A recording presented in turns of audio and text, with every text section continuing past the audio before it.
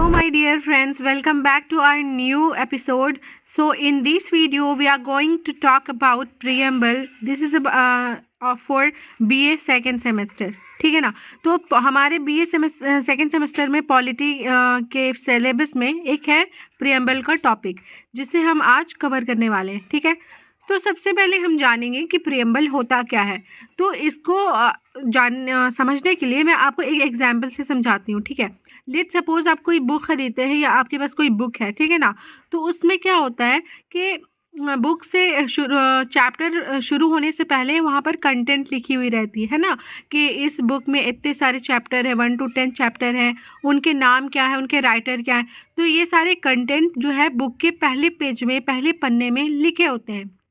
उसी तरीके से हमारे संविधान की जो किताब है, हमारा जो संविधान है, इतनी बड़ी लेंथीएस्ट जो हमारी सब चीज़ लिखी गई है, लेंथी है वो बहुत। तो उस हिसाब से उसकी जो कंटेंट है, एज अ कंटेंट आप उसको समझ सकते हैं, उसको प्रियम्बल कहते हैं।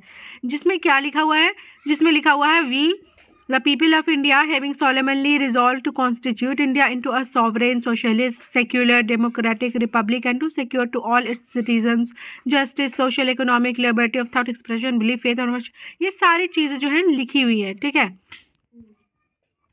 तो इसे ही हम प्रियम्बल कहते हैं। होप सो आप लोग समझ गए होंगे। ठीक है ना। और अब हम देखते हैं कि प्रियम्बल का उद्घाटन यानी कि इसका फॉर्मेशन कहाँ हुआ है।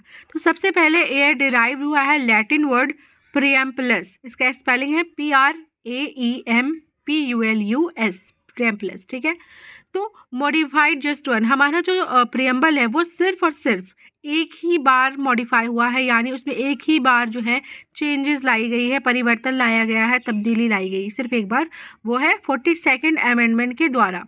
ठीक है ना। अब वो क्या अमेंडमेंट है वो मैं आपको अभी बता देती हूँ कि हमारे प्रियम्बल में जो वर्ड सेक्युलर और सोशलिस्ट रिपब्लिक है ना, सोशलिस्ट और सेक्युलर, वो सारी जो चीज़ें वर्ड है वो नया ऐड किया गया है 42nd अमेंडमेंट के द्वारा।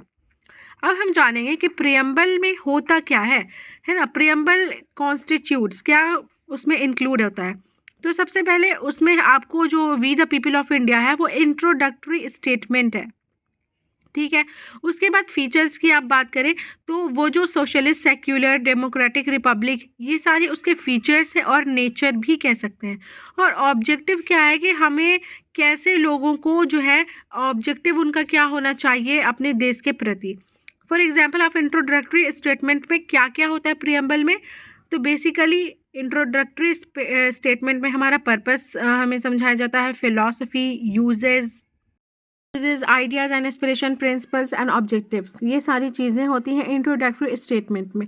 अब बात आती है कि हु ड्राफ्टेड द कॉन्स्टिट्यूशन। ठीक है ना, तो हमारे first prime minister Pandit Jawaharlal Nehru ने, है ना, क्या किया था, सबसे पहले एक ऑब्जेक्टिव रेजोल्यूशन पास किया था। अब आप लोग बहुत लोग कंफ्यूज होंगे कि ऑब्जेक्टिव रेजोल्यूशन क्या होता है। तो चलिए मैं आपको सबसे पहले ऑब्जेक्टिव रेजोल्यूशन समझा देती हूँ। तो हमारे संविधान बनने से पहले पंडित जवाहरलाल नेहरू ने एक फ्रेमवर्क तैयार किया था। ठीक है, जिसमें लिखा था कि इस हिसाब से, इस तरीके से हमारा संविधान बनना चाहिए, इसमें ये सारी चीज़ें इंक्लूड होनी चाहिए। That's what actually objective resolution is. उसके बाद ये ऑब्जेक्टिव कब हुआ था ये रेजोल्यूशन, तो 13 दिसंबर 1946, 30 दिसंबर 1946। ओके, और इस ऑब्जेक्टिव रेजोल्यूशन को हम लोगों ने अडॉप्ट किया था एज अ प्रियम्बल 22 जैन 1947। अब जैसे इसको समझाने के लिए मैंने लिखा था कि ऑब्जेक्टिव रेजोल्यूशन क्या है। तो ये प्रेजेंटेड अ ड्राफ्ट कि हमारा कॉन्स्टिट्यूशन कैसा रहेगा, कैसा बनेगा, कैसा दिखना चाहिए, ये नेहरू जी ने किया था। तो वही है ऑब्जेक्टिव रेजोल्यूशन, जिसको हमने बाद में एज अ प्रियम्बल को अडॉप्ट कर लिया था। ठीक है, प्रियम्बल अमेंडमेंट, जैसे कि मैंने आपको पहले ऊपर वीडियो में समझाया था कि प्रियम्बल हमारा सिर्फ एक ही बार है अमेंड हुआ है। ठीक है ना, और उसमें ये सारी चीज़ें, ये 3 वर्ड आपको दिख रहे हैं, ये इस 42nd अमेंडमेंट से पहले ये 3 वर्ड हमारे प्रियम्बल में इंक्लूड नहीं थे। वो 3 वर्ड थे सोशलिस्ट, सेक्युलर, इंटीग्रिटी। ये सारी 3 जो वर्ड है ये 42nd अमेंडमेंट के बाद ऐड ऑन हुई है। अब हम बात करेंगे अपनी प्रियम्बल की सोर्स की। तो जैसा कि हमारे introductory part as a preamble में लिखा हुआ है कि we the people of India having solemnly resolve to constitute India, तो इससे हमें ये पता चलता है कि कोई बाहरी लोगों ने आके हमारा संविधान नहीं बनाया, बल्कि हम अपने देशवासी लोगों ने खुद से बनाया है, अपना संविधान तैयार किया है ना। तो अब क्या होता है कि जो हमारी संविधान बना है वो अचानक से नहीं बन गया। किसी 5 ग्रुप ऑफ पीपल आए और वो अपना संविधान तय कर लिए, ऐसा नहीं है। बल्कि हमारे कंसेंट से, हमारी एक्नॉलेजमेंट से, यानी हमारी हम सिटीजन के एक्नॉलेज से ही जो है संविधान बना है। उसमें लोगों का जो स्वरूप है, लोग जो अपनी बातों को रखना चाहते हैं, वो सारी चीज़ें उसमें इंक्लूड है। ऐसा नहीं कि कोई एक इंडिविजुअल या ग्रुप के द्वारा बनाया गया है। तो सबसे पहले कॉन्स्टिट्यूशन बनने से पहले कॉन्स्टिट्यूएंट असेंबली बनती है, और उस कॉन्स्टिट्यूएंट असेंबली में वो on behalf of the people लोग इलेक्ट होते थे। उस हिसाब से फिर संविधान में क्या होना चाहिए, क्या नहीं होना चाहिए, सारी चीज़ें लोगों के ओपिनियंस रखी गई हैं कॉन्स्टिट्यूएंट असेंबली में, और उससे फिर हमारा संविधान बनता है। फिर आपके एग्ज़ाम में अक्सर क्वेश्चन आते हैं, आप जो कॉम्पिटिटिव वाले ये वीडियो देख रहे हैं तो उनके लिए भी ये बहुत इंपॉर्टेंट है, और जो बीए के स्टूडेंट्स हैं उनके लिए भी उतना ही इम्पॉर्टेंट है, ठीक है। तो अगर हम बात करें, अगर आपसे कोई पूछ दे कि what's the nature of preamble, है ना, आप लोगों ने प्रियम्बल पढ़ा है मगर उसका नेचर बताइए, तो उसका नेचर उसी प्रियम्बल में लिखा हुआ है। आप लोगों ने कभी ध्यान नहीं दिया होगा। तो यस, जो आप लोग के सामने ये वीडियो के सामने जो 5 जो पेंटागन बना हुआ है, तो ये सारी पॉइंट्स जो है यही इसकी नेचर है ना। Sovereign, socialist, secular, democratic and Republic. ये तो बात हो गई कि प्रियम्बल के नेचर की। देखिए, इस सारी चीज़ों को, 5 नेचर को हम लोग बहुत अच्छे तरीके से याद करेंगे, और मैं आपको ब्रीफली इसे समझाऊंगी भी। तो हमने नेचर देख लिया हमारे प्रियम्बल का। अब हम देखेंगे कि ऑब्जेक्टिव्स क्या है। तो ऑब्जेक्टिव्स है जस्टिस, इक्वालिटी, फ्रेटर्निटी, लिबर्टी, कि हम अपने देश के नागरिकों को जस्टिस दे सकें, इक्वालिटी दे सकें, फ्रेटर्निटी और लिबर्टी दे सकें। ये सारे ऑब्जेक्टिव्स होते हैं हमारे प्रियम्बल के। अब 26 नवंबर 1949 को हमारा जो कॉन्स्टिट्यूशन है अडॉप्ट हुआ था। ये ऑफन हर एक कॉम्पिटिटिव एग्जाम में ये सवाल पूछे जाती हैं कि व्हेन इट गेट अडॉप्टेड, है ना। अब हमने जो 5 नेचर डिस्कस किया था हमारे प्रियम्बल का, उसे हम ब्रीफली डिस्कस करेंगे और समझेंगे कि ये है क्या। तो सबसे पहले आप इम्पॉर्टेंट टर्म्स हमारा सॉवरेन है ना, कि सॉवरेन का क्या मतलब होता है। इसमें मैंने जैसे कि 2 पॉइंट लिखे रखे हैं, इंडिपेंडेंट कंट्री और नो एक्सटर्नल इंटरफियरेंस।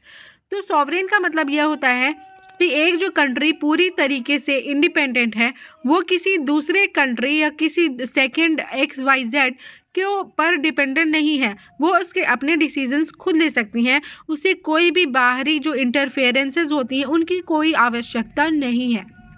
सोशलिस्ट की बात करें तो हमारा जो सॉवरेन पहले से ही थे हमारे प्रियम्बल में, और सोशलिस्ट तब आया जब हमारा 42nd अमेंडमेंट हुआ था, और जिससे प्रियम्बल में कुछ न कुछ तब्दीली आई थी। अब जो सोशलिस्ट जो है, समाजवादी का जो कॉन्सेप्ट है, वो हमारे गांधी और प्लस नेहरू जी ने दिया था वेलफेयर स्टेट बनाने के लिए, ठीक है। तो उस हिसाब से उनका पॉइंट ऑफ व्यू हमारे प्रियम्बल में रखा गया है। होप कि आपको सारी चीज़ें अच्छे से समझ आ रही होंगी, ठीक है। अब हमारा जो थर्ड इम्पॉर्टेंट टर्म है वो है secular. So my dear friends, secular word जो है वो भी हमारा 42nd अमेंडमेंट के बाद ही हमारे प्रियम्बल में ऐड ऑन हुआ है। इसका मतलब होता है पॉजिटिव सेक्युलरिज्म। हमारे प्रियम्बल में या हमारे भारत में हमें सेक्युलरिटी तो दी गई है, सेक्युलरिज्म है, मगर वो पॉजिटिव वे में है। अब मेरा क्या मतलब हुआ यहाँ पर पॉजिटिव वे में, देखिए फॉर एग्जांपल फ्रांस में, है ना, यूएसए में सबसे पहले क्या हुआ था, वहाँ भी सेक्युलर है, मगर ऐसा है फ्रांस में अगर आप देखिए तो वहाँ पर कोई भी पर्टिकुलर इंसान, इंडिविजुअल अपना रिलीजन परफॉर्म नहीं कर सकता है। ये तो बात हो गई कि मैम मुझे, हाँ हमें पता होता है कि वहाँ सेक्युलर है मगर परफॉर्म नहीं कर सकते। बल्कि ये भी नहीं, पब्लिक प्लेस में एज अ टेम्पल वगैरह मॉस्क तो हो बात ही दूर दूर तक नहीं है, बल्कि वो अपने घर में भी अपना जो रिलीजन परफॉर्म नहीं कर सकते। तो फ्रांस में हम जो बोलेंगे वो एक नेगेटिव सेक्युलरिज्म होगा। अब जो सेक्युलर यहाँ है इंडिया में, we have a lot of different religion like Islam, Buddhism, Hinduism. We all have right to practice, profess और प्रोपगेट, है ना. State has no religion. India is a secular country with no particular religion. अब हमारा जो fourth important term है वो है democracy, जिससे हम सब पहले से अवेयर है ना. Democracy is drive from the Greek word, जैसा कि आप लोगों ने पहले भी पढ़ा होगा. Demos and kratia. Demos means the people, kratia means the rule और the power. It means the people's power, people's power, है ना. तो हमने जाना कि डेमोक्रेसी हमारे भारत में है. और ये डेमोक्रेसी को हम क्यों डिस्कस कर रहे हैं, बिकॉज इससे पहले हम लोगों ने नेचर डिस्कस किया था प्रियम्बल का, उसमें डेमोक्रेसी था. इसलिए अब हमको ब्रीफली हर एक चीज़ जैसे पढ़ रहे हैं, इससे पहले जैसे कि हम लोगों ने सॉवरेन सेक्युलर समझा, उसी तरीके से हम लोग डेमोक्रेसी भी समझेंगे. डेमोक्रेसी का मतलब होता है एक प्रजातंत्र जिसमें लोगों का रूल होता है. Constitution is equal to government will be form according to the will of the people, है ना. लोगों की जो चाह होगी, लोगों का जो जैसा वो चाहेंगे उस तरीके से अपने गवर्नमेंट को चुन सकते हैं. जैसे कि in a government when the time came during the election, there were lots of representatives from us, from which we have to find out, we have to select, we have to give our own opinion whom we want to be our ruler, whom we want to be our leader, है ना. तो democracy दो तरीके की होती है. अब हम जानेंगे कि डेमोक्रेसी कितने तरीके की होती है. वो दो तरीके की होती है, डायरेक्ट और indirect democracy. Now we will see the republic. Republic क्या होता है ना. It's one of the most interesting thing. हमारे प्रियम्बल में the word republic is also added. तो इसे जानने से पहले मैं आपको ना एक तरीके से समझाना चाहूँगी जिससे तुरंत आपकी माइंड में क्लिक करेगा कि हाँ, मुझे समझ आ गया कि रिपब्लिक होता क्या है. तो जिस तरीके से जो मोनार्की होता है ना, जिसमें क्या बोल सकते हैं आपके वन रूल होता है, वन रूल वन पॉलिसी, वो मोनार्की होता है जिसमें कि राजा का बेटा राजा ही बनता है. जैसे कि आपने वो मूवी जो है सुपर 30 में देखा होगा कि उसमें पहले बोलता है कि राजा का बेटा राजा ही बनेगा, ऐसा वाला एक डायलॉग भी है. फिर वो बाद में मॉडिफाई होता है, यस. मगर मैं आपको समझाने के लिए भी बता रही हूँ कि मोनार्की में नॉमिनेट नहीं किया जाता है, लोगों के ओपिनियंस नहीं लिए जाते हैं, बल्कि जो कि पहले से नॉमिनेटेड होते हैं, जो कि पहले से उसमें सत्ता पर रहते हैं, उसी के फैमिली के मेम्बर्स, है ना, फिर रूल करते हैं. मगर अगर हम रिपब्लिकन कंट्री में देखें, रिपब्लिक को देखें, तो अब उसमें ये डायलॉग आप अप्लाई कर सकते हैं कि राजा का बेटा राजा नहीं बनेगा, राजा वही बनेगा जो हकदार होगा. तो रिपब्लिक में हम लोग नॉमिनेट करते हैं लोगों को, दे वे आर नॉट हेरिडिटरी. तो होप आपको रिपब्लिक पूरी तरीके से समझ आ गया होगा कि रिपब्लिक होता क्या है. और अगर हम हमारे देश की बात करें तो हमारे में रियल हेड प्राइम मिनिस्टर को कहेंगे और नॉमिनेटेड हेड हम प्रेसिडेंट कर कहेंगे. ये दोनों इलेक्टेड हेड्स होते हैं. इलेक्टेड हेड्स का मतलब ये लोग लोगों से चुने जाते हैं, लोगों के द्वारा चुने जाते हैं. इसके बाद अब हम बात करेंगे कि is preamble a part of the constitution. क्या प्रियम्बल हमारे संविधान का भाग है या नहीं है. Can it be amended. क्या इसे बदला जा सकता है कि नहीं. इस दो क्वेश्चन को जानने से पहले हम पहले दो क्वेश्चंस को समझेंगे जो कि इस टॉपिक को हमारे क्लियर करने में मदद करेगी हमारी.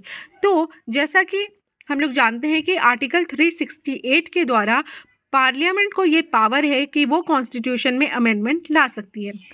अब जो हमारा रीबरी यूनियन और एक्सचेंज ऑफ एनक्लेव्स वाला जो केस था, उसमें according to article 368 parliament can amend any part. इसमें पार्लियामेंट जो है हमारे कॉन्स्टिट्यूशन एनी पार्ट को अमेंड कर सकती है. ये रीबरी केस में बोला गया था. और इसमें ये भी बोला गया था कि preamble is not a part, can not be amend. ये दो चीज़ें इसमें मेंशन की गई थी. उसके बाद में जब केशवानंद भारती केस आता है वर्सेस स्टेट ऑफ केरला, तो उसमें हमें एक नया चीज़ जानने को मिलता है जो आर्टिकल 368 के द्वारा कि उसमें अमेंडमेंट लाया जा सकता है. और इसमें ये भी बोला गया था कि preamble is a part of the constitution. तो इसका जवाब आपको होप क्लियर हो गया होगा कि पहले रीबरी केस में ऐसा बताया गया था कि preamble is not a part of the constitution, but after the amendment और after the changes of the deep study of when it came to the Kesavananda Bharati case, it came to at conclusion that preamble is a part of the constitution.